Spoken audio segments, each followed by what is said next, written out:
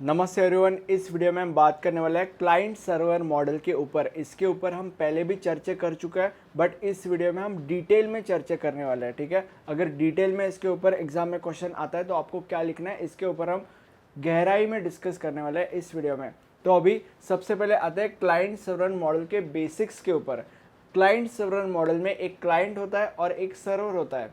Client जो होता है उसे स्लेव कह सकते हैं और सर्वर जो होता है उसको मास्टर कह सकते हैं। ठीक है, अब क्लाइंट का काम क्या होता है?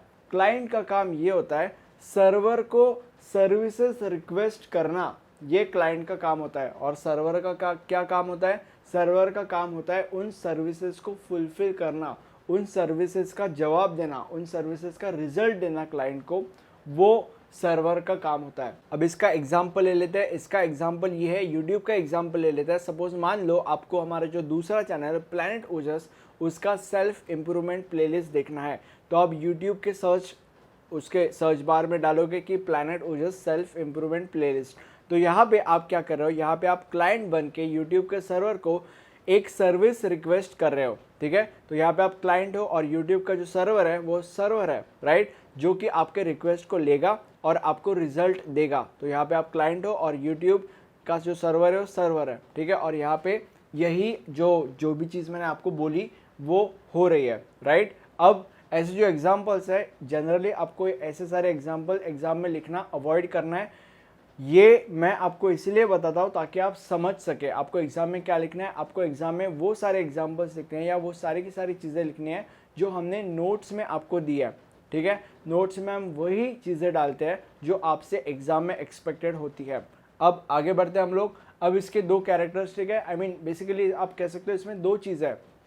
सबसे पहली चीज़ ये है कि जब क्लाइंट सर्वर से सर्विस रिक्वेस्ट करता है तब दो चीज़ें हो सकती है। एक तो उसे रिजल्ट मिलता है, या आई मीन बेसिकली उसके सर्वर का सर्विस का रिजल्ट मिलता है, या तो उस जो भी वो रिक्वेस्ट करता है उसका एरर मिलता है। मतलब अगर सपोज यूट्यूब में अगर आप कोई ऐसा टर्म डालोगे जिसके ऊपर कोई वीडियो बनाई नहीं है, तो आपको इन रिटर्न एरर मैसेज मिलेगा कि भाई, मतलब यूट्यूब आपको बोलेगा कि ऐसा कोई वीडियो है ही नहीं। तो बेसिकली या तो आपको आपके जो आप डालोगे क्वेरी उसका रिजल्ट मिलेगा as a video, as a playlist, या तो आपको एरर मिलेगा अगर सपोज वो रिक्वेस्ट जो है वो फुलफिल सर्वर नहीं कर सकता है। तो अब आगे बढ़ते हैं। दूसरा कैरेक्टरिस्टिक या दूसरी चीज़ जो होती है वो ये है कि हमेशा ऐसा नहीं होता कि क्लाइंट ही सर्वर को सर्विस रिक्वेस्ट करेगा, सर्वर भी दूसरे सर्वर को सर्विस रिक्वेस्ट कर सकता है। तो जब सर्वर दूसरे सर्वर को कोई भी सर्विस रिक्वेस्ट करता है तब वो सर्वर क्लाइंट हो जाता है, और जिस सर्वर को वो रिक्वेस्ट कर रहा है वो जो सर्वर है वो सर्वर रहेगा। अब हम आगे बढ़ते हैं और अब हम जंप करते हैं एप्लीकेशन लेयरिंग के ऊपर। एप्लीकेशन लेयरिंग में क्लाइंट सर्वर एप्लीकेशन होता है। क्लाइंट सर्वर एप्लीकेशन जो होता है वो तीन लेवल में पार्टीशन होता है। एक होता है यूज़र इंटरफेस लेवल, दूसरा होता है द प्रोसेसिंग लेवल, और तीसरा होता है डेटा लेवल। सबसे पहले यूज़र इंटरफेस लेवल के ऊपर जंप करते हैं। User interface level most of the time client machine में होता है। मतलब एक क्लाइंट मशीन होता है, एक सर्वर मशीन होता है। ठीक है, तो user interface level most of the time client machine में होता है। यूज़र इंटरफेस लेवल जो होता है वो ऐसे कोड्स कंटेन करता है, मतलब उसमें ऐसे कोड्स होते हैं जो एक यूज़र को जो एक क्लाइंट को एप्लीकेशन के साथ इंटरेक्ट करने के लिए अलाउ करते हैं। फॉर एग्जांपल यूट्यूब आपको अपने आप से इंटरेक्ट करने के लिए अलाउ करता है, right. So it's like that. और इसमें और भी बहुत सारी चीज़ें होती हैं। इसमें GUI भी होता है, ग्राफिकल यूज़र इंटरफेस भी होता है। इसमें जो जिसमें कैरेक्टर्स होते हैं बहुत सारे, जो रीड कर सकते हो आप ऐसे कैरेक्टर्स, और इसमें पॉपअप विंडो या पुल डाउन विंडो, ये सारी चीज़ें भी होती है। अब हम आगे बढ़ते हैं और जंप करते हैं द प्रोसेसिंग लेवल के ऊपर। द प्रोसेसिंग लेवल मतलब प्रोसेसिंग लेवल होता क्या है? Core part of application, application का core part that operates on, जो ऑपरेट करता है डेटाबेस और फाइल सिस्टम के ऊपर। ठीक है, ये द प्रोसेसिंग लेवल होता है। अब इसमें क्या होता है, इसमें इट्स लाइक कि अगर सपोज यूट्यूब पे तुमने कोई सर्च टर्म डाला, मतलब अगर सपोज तुमने कोई वर्ड डाला सर्च के बार में, तो उस सर्च टर्म को डेटा क्वेरी में कन्वर्ट करना, देन उस चीज़ को ढूंढना कि वो किधर है, और जो भी रिजल्ट्स मिलेंगे उसे सर्वर को उन रिजल्ट्स को अरेंज करना, उन रिजल्ट्स को रैंक करना, और फिर उसे एक HTML पेज में कन्वर्ट करके एक यूज़र के सामने, एक क्लाइंट के सामने प्रस्तुत करना ये पूरे प्रोसेस को प्रोसेसिंग लेवल कहते हैं, मतलब ये सारा प्रोसेस द प्रोसेसिंग लेवल में होता है। अब हम थर्ड लेवल के ऊपर जंप करते हैं जो है डेटा लेवल। डेटा लेवल ऐसे प्रोग्राम्स कंटेन करता है जो डेटा को मेंटेन करता है। कौन से डेटा को मेंटेन करते हैं? ऐसे डेटा को मेंटेन करते हैं वो जिनके ऊपर एप्लीकेशन ऑपरेशंस परफॉर्म करता है। अब इसमें और एक चीज़ होती है, अगर एप्लीकेशन रन नहीं भी कर रहा है फिर भी ये डेटा कहीं ना कहीं स्टोर होता है। अब हम जंप करेंगे ऑन क्लाइंट सर्वर आर्किटेक्चर।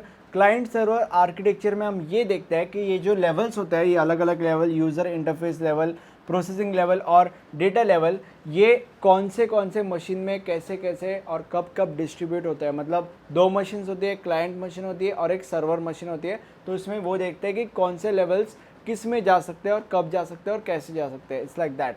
अब इसमें सिंपल ऑर्गेनाइजेशन होता है। सिंपल ऑर्गेनाइजेशन ये कहता है कि जो यूज़र इंटरफेस लेवल है वो क्लाइंट मशीन में जाना चाहिए और जो बाकी के जो दो लेवल्स है वो सर्वर मशीन में जाने चाहिए। ठीक है, अब हम आगे बढ़ते हैं और next is multi tired architecture. ये क्लाइंट सर्वर आर्किटेक्चर, इसके अंदर मल्टी टायर्ड आर्किटेक्चर। ठीक है, अब यहाँ पे following are the different possibilities of two tier architecture. ठीक है, अब यहाँ पे ये है, तब इसमें अलग अलग पॉसिबिलिटीज़ होती है जिसमें वही जो मैंने अभी बोला कि जो तीन लेवल्स है किस में और कैसे जाएंगे। अब सबसे पहली पॉसिबिलिटी क्या हो सकती है?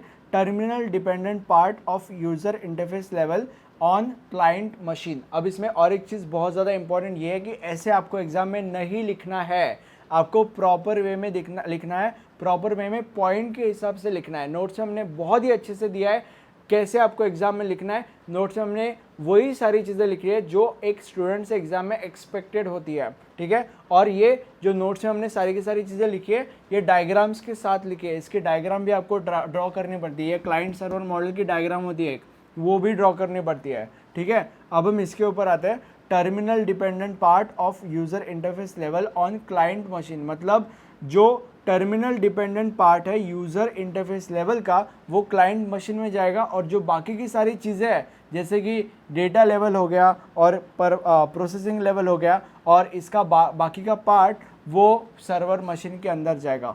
Then entire user interface level client machine में जाएगा, ये दूसरी पॉसिबिलिटी है। और जो बाकी की सारी चीज़ें हैं जैसे कि ये और ये वो सारी की सारी सर्वर मशीन में जाएगी। देन थर्ड पॉसिबिलिटी क्या है? User interface and some part of application. Some part of application, कौन सा part of application? Front end वाला पार्ट ऑफ एप्लीकेशन वो जाएगा इधर क्लाइंट मशीन के अंदर और जो बाकी की सारी चीज़ें हैं वो सर्वर मशीन के अंदर जाएगी। ठीक है, अब बाकी के और दो पॉसिबिलिटीज़ है उसके लिए मुझे रफ करना पड़ेगा। अब हमारा फोर्थ और फिफ्थ पॉइंट आ चुका है, इसके ऊपर हम थोड़ा सा प्रकाश डालते हैं। तो अभी फोर्थ पॉसिबिलिटी ये कहती है, पॉसिबिलिटी ये कहती है एंटायर यूज़र इंटरफेस और एप्लीकेशन ऑन क्लाइंट मशीन। और जो बचा हुआ है एप्लीकेशन का मतलब जो दूसरा वाला लेवल था, ठीक है, वो वाला, और जो बचा कुचा है मतलब जो तीसरा लेवल है डेटा लेवल वो सर्वर मशीन के ऊपर। और पांचवी पॉसिबिलिटी ये कहती है कि एंटायर पूरा का पूरा यूज़र इंटरफेस और एप्लीकेशन मतलब जो दूसरा वाला लेवल है वो and some part of database. Some part of database मतलब कौन सा part? Example cache web pages on local disk, ये एग्जाम्पल है ऑन क्लाइंट मशीन और जो डेटाबेस है वो सर्वर मशीन के ऊपर। अब हमारे इस वीडियो के आखिरी पार्ट के ऊपर थोड़ा सा प्रकाश डालेंगे हम लोग जो है मॉडर्न आर्किटेक्चर। मॉडर्न आर्किटेक्चर में दो चीज़ें होती है, एक वर्टिकल डिस्ट्रीब्यूशन, दूसरा होता है हॉरिजॉन्टल डिस्ट्रीब्यूशन। वर्टिकल डिस्ट्रीब्यूशन में क्या होता है? लॉजिकल डिफरेंट कंपोनेंट्स जो होता है वो डिफरेंट मशीन्स में प्लेस होते हैं और ये जो होता है वो जो पहले वाला, इसके पहले वाला जो आर्किटेक्चर था, आई गेस मल्टीपल आर्किटेक्चर था, उसके जैसे ही होता है। और हॉरिजॉन्टल डिस्ट्रीब्यूशन में क्या होता है? इसमें क्लाइंट या सर्वर जो होता है वो अलग अलग पार्ट्स में, अलग अलग लॉजिकल पार्ट्स में डिस्ट्रीब्यूट होता है और ये जो पार्ट्स होते हैं वो अपना उनका खुद का डेटा होता है और वो इस तरीके से प्रोसेस होता है ताकि वो जो पूरा का पूरा लोड है, जो लोड आता है उनके ऊपर, वो बैलेंस्ड हो जाए। ठीक है, अब इससे एक जो प्रॉब्लम लोड का होता है वो सॉल्व हो जाता है बहुत ज़्यादा हद तक। ठीक है, और इसका एग्जाम्पल भी है। इसका एग्जाम्पल ये है कि जो वेब पेजेस होता है वो अलग अलग सर्विसेज अलग अलग सर्वर्स में डिस्ट्रीब्यूटेड होता है, राइट। और जब क्लाइंट रिक्वेस्ट भेजता है तो वो जो रिक्वेस्ट है वो उन सर्वर्स के पास जाती है राउंड रॉबिन फैशन में। राउंड रॉबिन फैशन क्या होता है, आई गेस आपने सेमेस्टर 6 या 4 में पढ़ा होगा, ठीक है। उसमें क्या होता है, एक करके रिक्वेस्ट जाती है सर्वर के पास, इट्स लाइक दैट, ठीक है। उसका एक सम भी था। तो आई होप आपको सारी की सारी चीज़ें जिनके ऊपर हमने प्रकाश डाला, सारी की सारी चीज़ें समझ में आगे होगी। और कौन से टॉपिक्स के ऊपर आप चाहोगे हम प्रकाश डालें, आप कमेंट्स में हमें बता सकते हैं। उन टॉपिक्स के ऊपर हम प्रकाश डालेंगे इस सब्जेक्ट के, ठीक है। Thank you for watching this video, have a nice day, bye bye.